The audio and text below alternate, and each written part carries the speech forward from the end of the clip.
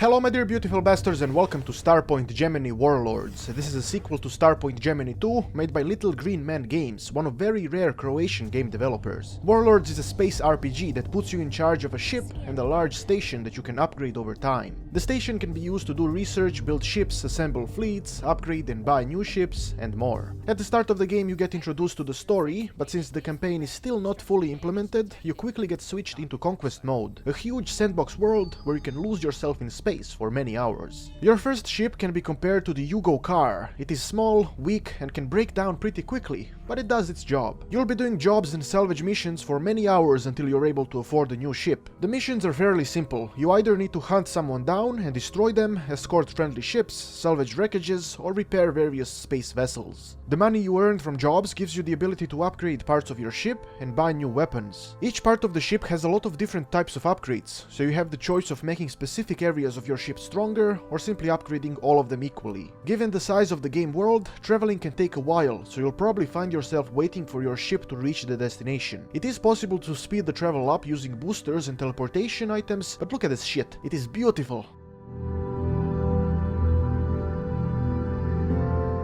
The system of gaining experience in the game is fairly simple. Destroying ships, completing jobs, and discovering new sectors will give you experience points, which will give you levels. With levels, you get skill points that allow you to boost certain aspects of your ship, and you gain access to more options within your station, which enables you to become stronger. The skill tree has 4 types of skills with several subgroups of skills. Gaining a level gives you a skill point that you can use on any of the subgroup of skills. These skills are actually abilities that can be used during flight, and once used, they will go on cooldown.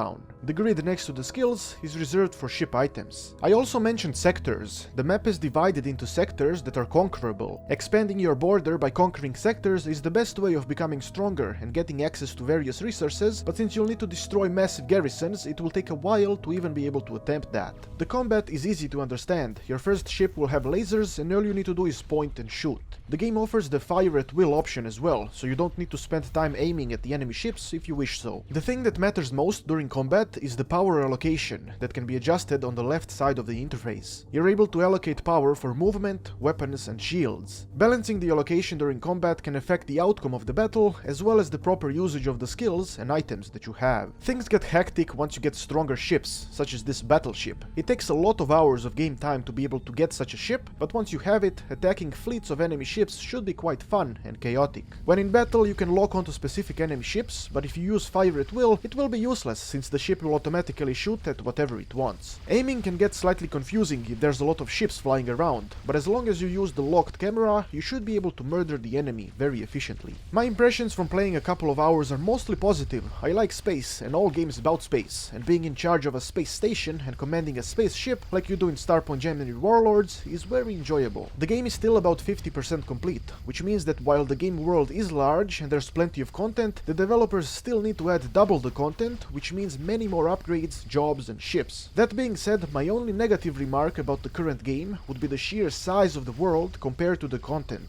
I think it would have been better to maintain a smaller world and then scale the size as more content is added. By having such a large world with not a lot of things to do, it gives off the feeling of emptiness. On the other hand, space kinda is empty, and you should feel isolated and alone while you travel through the darkness and float through the endless void of death and question your life choices. However you look at life and the universe, playing this game is the correct move for any fan of space. It is one of rare, stable, and playable early access titles that will only get better, and I'm glad Croatia has capable game developers.